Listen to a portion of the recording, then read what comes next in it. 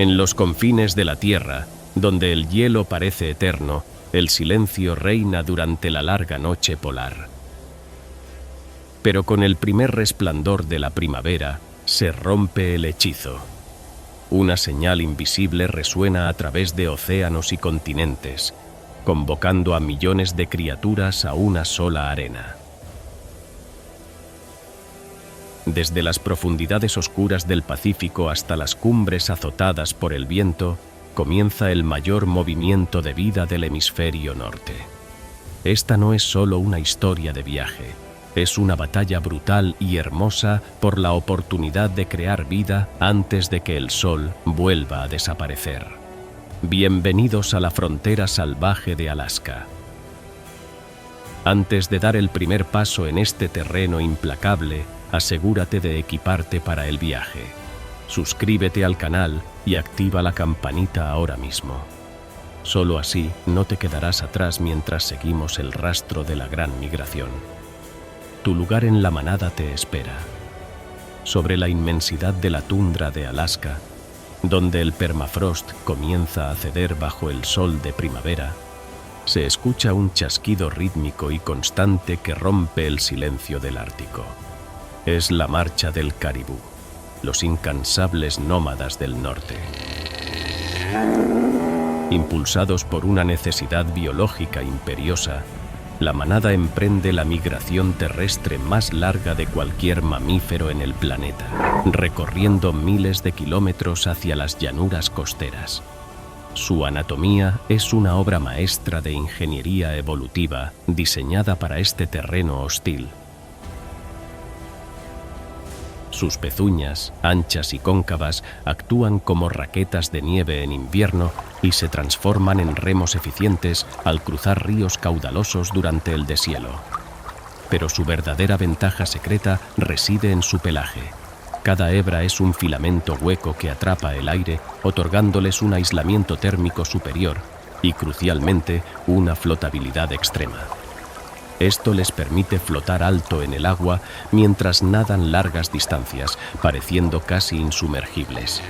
Sin embargo, no solo viajan en busca de pastos frescos. Se mueven desesperadamente para escapar de un enemigo minúsculo pero letal. Nubes asfixiantes de mosquitos y tábanos que eclosionan con el calor, capaces de extraer litros de sangre y debilitar a la manada hasta la locura.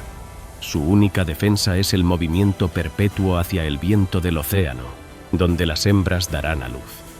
Las crías, milagros de la resistencia, deben ponerse de pie y correr minutos después de nacer, pues en estas llanuras abiertas, quedarse quieto es una sentencia de muerte. Esa sentencia de muerte tiene un ejecutor. Siguiendo las huellas frescas y el olor a almizcle de los caribúes, operan los estrategas supremos del Ártico, los lobos. A diferencia de sus parientes del sur, estos cánidos están construidos para el asedio en la nieve profunda. Poseen patas desproporcionadamente largas y grandes que actúan como pistones incansables sobre el terreno irregular. No confían en la velocidad explosiva, sino en una guerra psicológica y física de desgaste. Su superpoder es la resistencia cardiovascular. Con un corazón y pulmones agrandados, pueden mantener un trote de caza durante decenas de kilómetros sin fatiga, esperando el momento exacto en que la presa cometa un error. La manada funciona como una mente colmena, coordinada por un lenguaje corporal sutil y aullidos que pueden escucharse a kilómetros de distancia, sirviendo tanto para reunir al grupo como para aterrorizar a la presa y obligarla a correr, revelando así al individuo más débil o enfermo.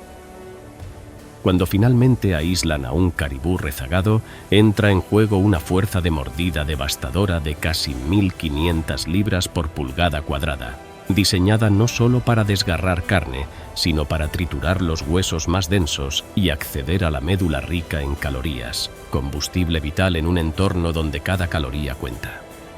Sin embargo, tras el festín, la jerarquía se relaja momentáneamente y se hacen visibles los lazos familiares. Los adultos regurgitan comida para los cachorros que esperan en la seguridad de la guarida, asegurando que la próxima generación de cazadores sobreviva al invierno. Mientras los aullidos de los lobos se desvanecen hacia el interior de la tundra, en la franja costera donde la tierra firme cede ante el océano Ártico, emerge una silueta solitaria y colosal, el oso polar.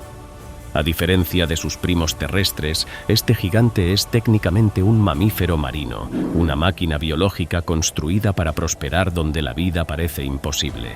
Su inmaculada apariencia blanca es en realidad una compleja ilusión óptica. Bajo un pelaje denso y translúcido que dispersa la luz para camuflarse en la nieve, su piel es completamente negra, diseñada para absorber cada fotón de radiación solar disponible. Pero su verdadera armadura contra el frío letal es una capa de grasa subcutánea de hasta 11 centímetros de espesor. Esta blubber lo aísla tan eficazmente que el oso es prácticamente invisible para las cámaras térmicas. Su problema no es el frío, sino el sobrecalentamiento si se mueve demasiado rápido. Aquí, la estrategia de caza cambia drásticamente respecto a la jauría de lobos. El oso no persigue, embosca, utilizando un sentido del olfato prodigioso, capaz de detectar una presa a 30 kilómetros de distancia o bajo 1 metro de nieve compacta, localiza los orificios de respiración de las focas en el hielo. Allí entra en un estado de quietud absoluta, la caza de espera, aguardando horas sin mover un músculo hasta que la foca emerge a respirar. Con un golpe demoledor de su garra, equipada con almohadillas rugosas, papilas, que actúan como cadenas antideslizantes sobre el hielo húmedo, asegura la cena en una fracción de segundo. Sin embargo, a medida que el verano avanza y el hielo marino se fractura, estos reyes del hielo se ven forzados a convertirse en nadadores de maratón, cubriendo cientos de kilómetros a nado para alcanzar la tierra firme o los remanentes del casquete polar. Mientras el gran oso sacude su pelaje pesado en la orilla, una sombra afilada y veloz cruza el cielo sobre su cabeza, indiferente a la lucha en el hielo. Es el charrán ártico, o gaviotín ártico, el poseedor del récord absoluto de la migración en el reino animal, acabando de completar un viaje inverosímil desde el borde de la Antártida. Esta pequeña ave de apenas 100 gramos no busca simplemente sobrevivir al invierno. Lo anula por completo. Al viajar de polo a polo, vive en un verano perpetuo, bañada por más luz solar que cualquier otra criatura en la Tierra. Su cuerpo es un triunfo de la aerodinámica minimalista, alas largas, estrechas y angulares que le permiten planear sobre las corrientes de aire oceánicas, durmiendo en ráfagas de segundos mientras está en vuelo para no detenerse. En su vida, un solo individuo puede volar la distancia equivalente a 3 viajes de ida y vuelta a la Luna. Al llegar a Alaska, su comportamiento cambia de viajero sereno a defensor furioso. Anidan en el suelo descubierto de la tundra, vulnerables a primera vista, pero protegidos por una agresividad sin igual. Si el oso polar o un zorro se acercan demasiado a la colonia, los charranes entran en modo de ataque, bombardeando en picada con sus picos afilados como dagas, apuntando a la cabeza de intrusos 100 veces más grandes que ellos. Aprovechan las 24 horas de luz del sol de medianoche para cazar sin descanso, cerniéndose estáticamente en el aire antes de dejarse caer en picada para capturar peces pequeños y krill cerca de la superficie, transformando la energía solar y marina en el combustible necesario para criar a la próxima generación de viajeros globales. Compartiendo los mismos humedales costeros y a menudo beneficiándose de la agresiva defensa aérea de los charranes, se encuentra un atleta fisiológico aún más radical, la aguja colipinta.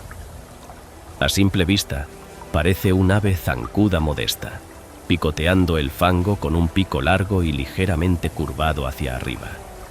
Sin embargo, este pico es una herramienta de precisión quirúrgica.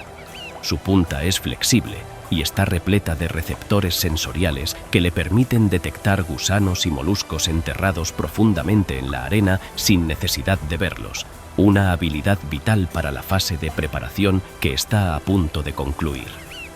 A medida que el otoño ártico se acerca, la aguja colipinta no se limita a engordar. Se reconstruye por completo. Entra en un estado de hiperfagia frenética, pero su cuerpo sabe que la grasa no es suficiente. Para acomodar el combustible necesario para su viaje, el ave absorbe literalmente sus propios órganos internos no esenciales para el vuelo. Su sistema digestivo, hígado y riñones se atrofian y encogen hasta una fracción de su tamaño original para reducir peso y hacer espacio a enormes reservas de lípidos, transformándose efectivamente en un tanque de combustible con alas. Lo que sigue es la hazaña de resistencia más asombrosa de la aviación natural.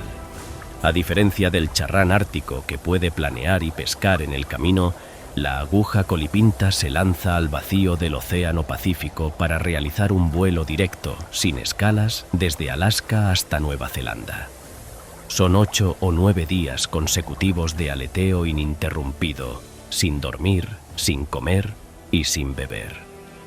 Durante más de 11.000 kilómetros, quema su grasa y luego consume parte de su propia masa muscular y proteica para mantenerse en el aire, confiando en sistemas meteorológicos globales para empujarla hacia el hemisferio sur, donde aterrizará demacrada, pero viva, en un verano eterno. Mientras la aguja colipinta desaparece silenciosamente en la inmensidad del Pacífico, el silencio que deja atrás es aniquilado casi instantáneamente. El cielo de la tundra, que pronto será reclamado por el invierno, estalla en una cacofonía ensordecedora. Llegan los gansos de las nieves, una fuerza de la naturaleza que no viaja sola, sino en legiones que oscurecen el sol, creando el efecto visual de una ventisca viviente antes de que caiga la primera nieve real. Estos viajeros son la antítesis de la discreción. Su estrategia de supervivencia se basa en el número abrumador y la cohesión social. Aterrizan en las marismas costeras como un ejército de ocupación, impulsados por un apetito voraz. Aquí, su anatomía revela una herramienta especializada. El borde de sus picos rosados está alineado con tomia, unas estructuras aserradas que parecen dientes y funcionan como cizallas industriales. A diferencia de otras aves que solo pastan las hojas, los gansos de las nieves usan esta sierra biológica para arrancar las plantas desde la raíz, extrayendo los rizomas ricos en carbohidratos enterrados en el lodo. Son tan eficientes que pueden dejar tras de sí un paisaje de tierra quemada, visible desde el espacio, obligando a la bandada a mantenerse en movimiento constante para encontrar nuevos pastos. Cuando retoman el vuelo hacia el sur, escapando de la helada que avanza, demuestran una sofisticación aerodinámica asombrosa. Se organizan en la clásica formación en V, pero esto no es estético, es pura física de fluidos. Cada ave se posiciona en la corriente ascendente creada por la punta del ala del compañero de adelante, surfeando en el aire y ahorrando hasta un 50% de su energía cardíaca.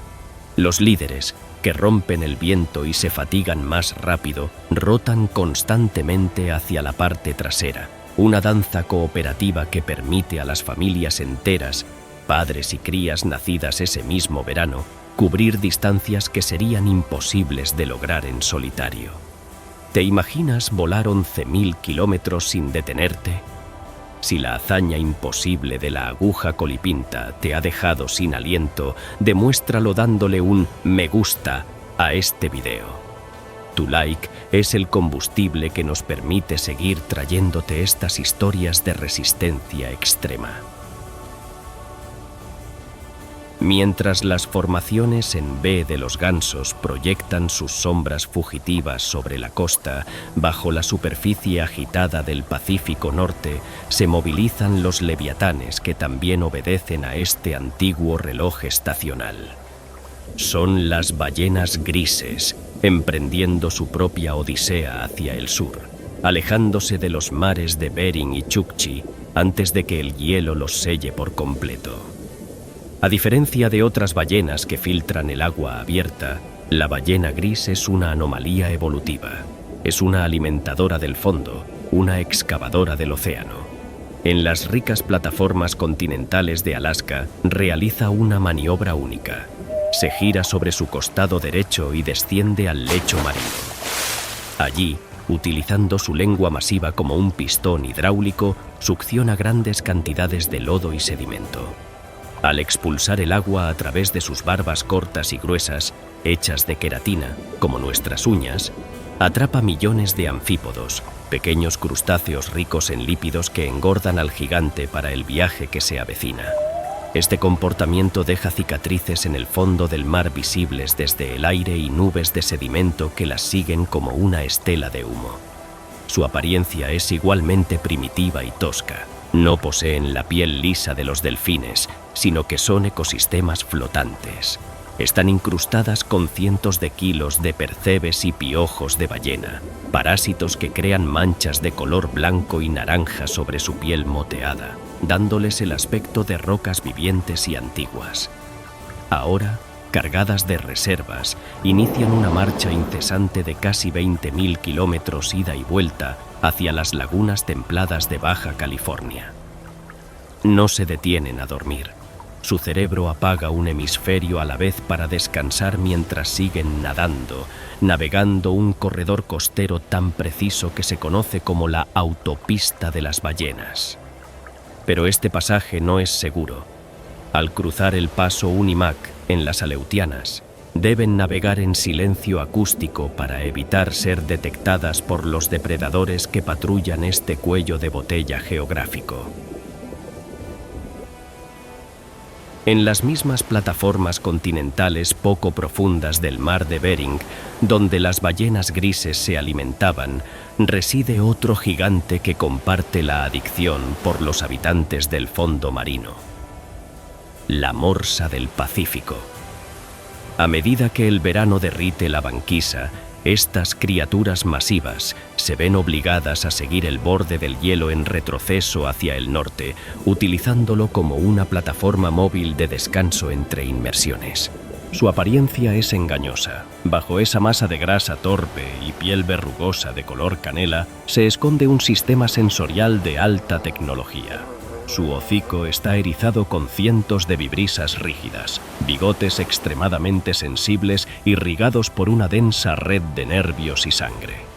En la oscuridad total del fondo lodoso, estas vibrisas actúan como dedos ágiles, capaces de diferenciar una piedra de una almeja pequeña por el tacto.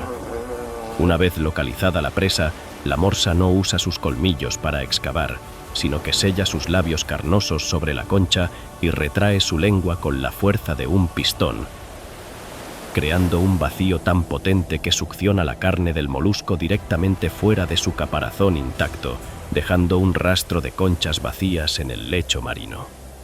Sus icónicos colmillos de marfil, que pueden crecer hasta 1 metro de longitud, son herramientas multifuncionales.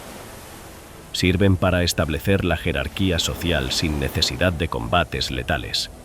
Pero su función más vital le otorga su nombre científico: Odobenus rosmarus, el que camina con los dientes. Clavan estos estoques en el hielo resbaladizo para arrastrar sus cuerpos de 2 toneladas fuera del agua helada. Sin embargo, la migración moderna presenta un desafío nuevo y brutal. Cuando el hielo marino se retira más allá de la plataforma continental, hacia aguas demasiado profundas para alimentarse, las morsas no tienen más remedio que nadar hacia la costa de Alaska en números bíblicos. Se congregan en playas rocosas en hacinamientos de decenas de miles de individuos, cuerpo contra cuerpo. En esta densidad claustrofóbica, el pánico es el mayor enemigo. El paso de un depredador o el vuelo bajo de un avión puede desencadenar una estampida terrorífica hacia el agua, donde las crías más pequeñas corren el riesgo de ser aplastadas bajo el peso de la manada aterrorizada. Mientras las morsas descansan pesadamente en las playas de grava bajo la superficie del agua, justo donde la salinidad del océano comienza a diluirse con el agua dulce, se está gestando el evento biológico más trascendental de Alaska. Es la llegada del salmón del Pacífico, chinook, soqueye, coho, rosa y chum, una invasión de millones de cuerpos plateados que no solo migran, sino que vienen a entregar sus vidas para alimentar a un subcontinente entero. Esta no es una simple natación, es una transformación alquímica. Durante años han vagado por el vasto océano Pacífico, acumulando el 99% de su masa corporal, alimentándose de krill y peces pequeños. Son baterías vivientes de energía marina. Pero al acercarse a la costa, un interruptor genético se activa. Dejan de alimentarse por completo. Sus estómagos se encogen hasta volverse inútiles y toda esa energía almacenada se redirige a un único propósito: el sexo y la muerte. El sistema de navegación que los guía es una maravilla sensorial. En el océano abierto, se orientan mediante los campos magnéticos de la Tierra, pero al acercarse a los estuarios, cambian a un sentido del olfato de alta definición. Buscan una firma química única, una huella digital olfativa compuesta por la mezcla exacta de minerales y vegetación del arroyo preciso donde nacieron años atrás. Nada los detendrá hasta llegar a ese punto exacto, ni siquiera si el arroyo ha cambiado de curso. A medida que penetran en el agua dulce, sus cuerpos sufren una metamorfosis grotesca y espectacular. El elegante camuflaje plateado desaparece. El salmón soqueye, o rojo, se enciende en un color carmesí brillante con la cabeza verde neón, una señal visual para atraer parejas en el agua turbia. Los machos de otras especies, como el salmón jorobado, desarrollan una jiba masiva y sus mandíbulas se deforman, curvándose en un gancho monstruoso conocido como caip, lleno de dientes caninos diseñados no para comer, sino para morder a rivales en combates territoriales violentos. El viaje río arriba es una batalla contra la física. Deben saltar cascadas verticales de varios metros, flexionando sus cuerpos como arcos tensados para lanzarse contra la gravedad. En este proceso, consumen sus propios músculos para obtener energía.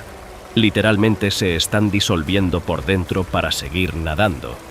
Cuando los supervivientes finalmente alcanzan las aguas poco profundas de su nacimiento, están agotados, golpeados y pudriéndose en vida, con el sistema inmunológico colapsado. Pero les queda un último acto. La hembra gira sobre su costado y usa su poderosa aleta caudal para excavar una depresión en la grava llamada red. Allí deposita miles de huevos rosados, que el macho fertiliza en una nube de leche, esperma, vibrando violentamente a su lado. Y entonces sucede lo inevitable. Habiendo cumplido su propósito biológico, mueren. Sus cuerpos cubren los lechos de los ríos como un tapiz de carne en descomposición. Pero este final macabro es, en realidad, el comienzo de todo lo demás en Alaska. Sus cadáveres no son desperdicios, son paquetes de nitrógeno y fósforo traídos desde el océano profundo. Se convierten en el banquete de todo el ecosistema. Desde los osos grizzly y las águilas calvas, hasta los insectos acuáticos que alimentarán a la próxima generación de alevines de salmón. Incluso los árboles a orillas de los ríos crecen 3 veces más rápido gracias a los nutrientes de los salmones arrastrados al bosque por los depredadores. La muerte del salmón es el motor que enciende la vida en la tundra antes de la llegada de la nieve.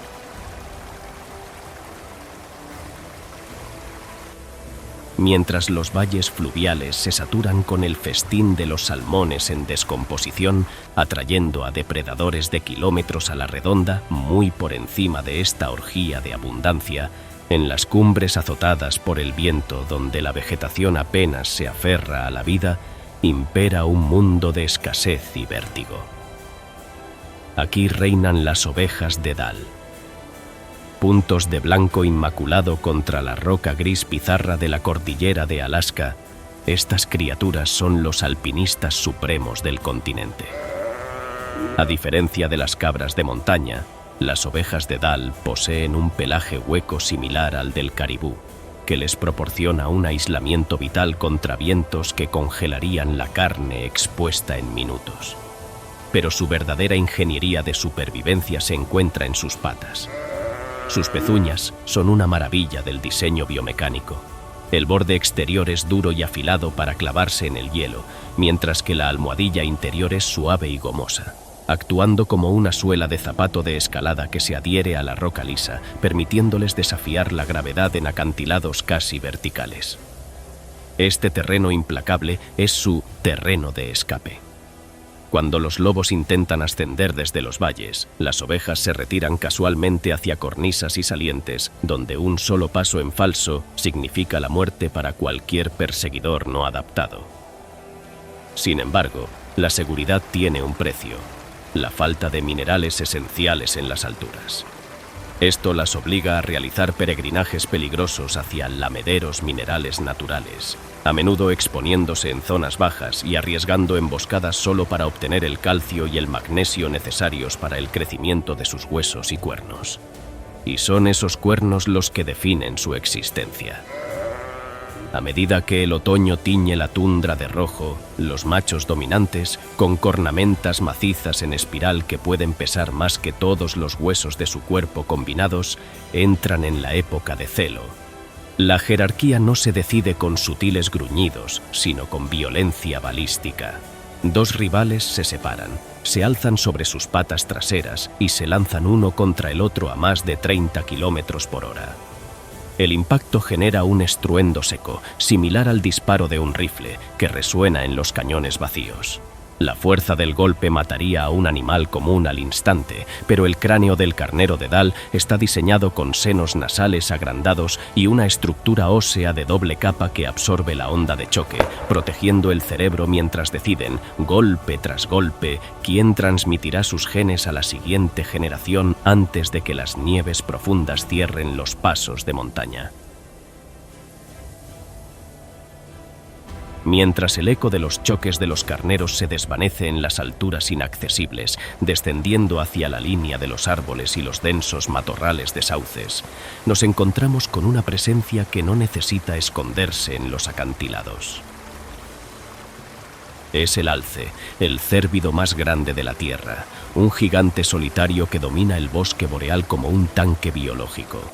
Si el caribú es un maratonista, el alce es un luchador de peso pesado. Su tamaño es intimidante. Un macho adulto puede superar los 2 metros de altura en el hombro y pesar 700 kilos. Sus patas, zancudas y desgarbadas, parecen torpes a primera vista, pero son una adaptación crucial.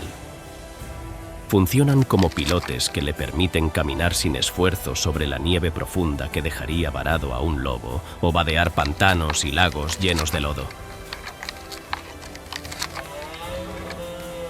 Y es en el agua donde el alce revela una habilidad secreta y sorprendente. A diferencia de las ovejas de montaña que evitan el agua, el alce es un buceador competente. Puede sumergirse más de 5 metros de profundidad y contener la respiración durante 1 minuto entero para pastar plantas acuáticas ricas en sodio en el fondo de los lagos, cerrando sus fosas nasales herméticamente mediante válvulas musculares especiales. Cuando emerge, estallando en la superficie como un monstruo del lago, miles de litros de agua caen de su cornamenta. Hablando de su cornamenta, esta no es solo un arma, es una maravilla sensorial. A diferencia de los cuernos permanentes de la oveja de Dal, las palas del alce son tejido óseo de crecimiento rápido que se cae y regenera cada año. Durante el verano están cubiertas de una piel suave y vascularizada llamada terciopelo.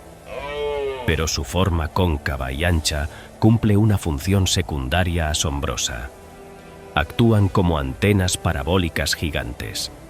Si un alce gira la cabeza, sus astas capturan y amplifican los sonidos del bosque, dirigiendo las ondas sonoras hacia sus oídos, permitiéndole escuchar el crujido de una rama pisada por un oso o un cazador a una distancia increíble, mucho antes de que puedan ser vistos. En la época de celo, la soledad termina. Los machos excavan pozos en la tierra, orinan en ellos y se revuelcan en el lodo perfumado para atraer a las hembras con una colonia de feromonas irresistible para ellas, pero nauseabunda para nosotros. Se vuelven tan agresivos que desafían a cualquier cosa, desde otros alces hasta trenes de carga, defendiendo su derecho a aparearse antes de que el invierno caiga como un mazo sobre el bosque. El invierno puede detener los ríos, pero no nuestra exploración. Si quieres ser testigo cuando el hielo se rompa de nuevo y descubrir otros ecosistemas salvajes, asegúrate de verificar tu suscripción y las notificaciones.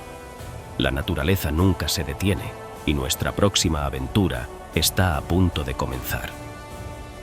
A medida que el sol desciende por última vez en el horizonte, rindiéndose ante la inminente noche polar, el frenesí del verano se desvanece en un silencio sepulcral. La tierra se endurece, los ríos se detienen y el telón de nieve cae sobre este escenario salvaje.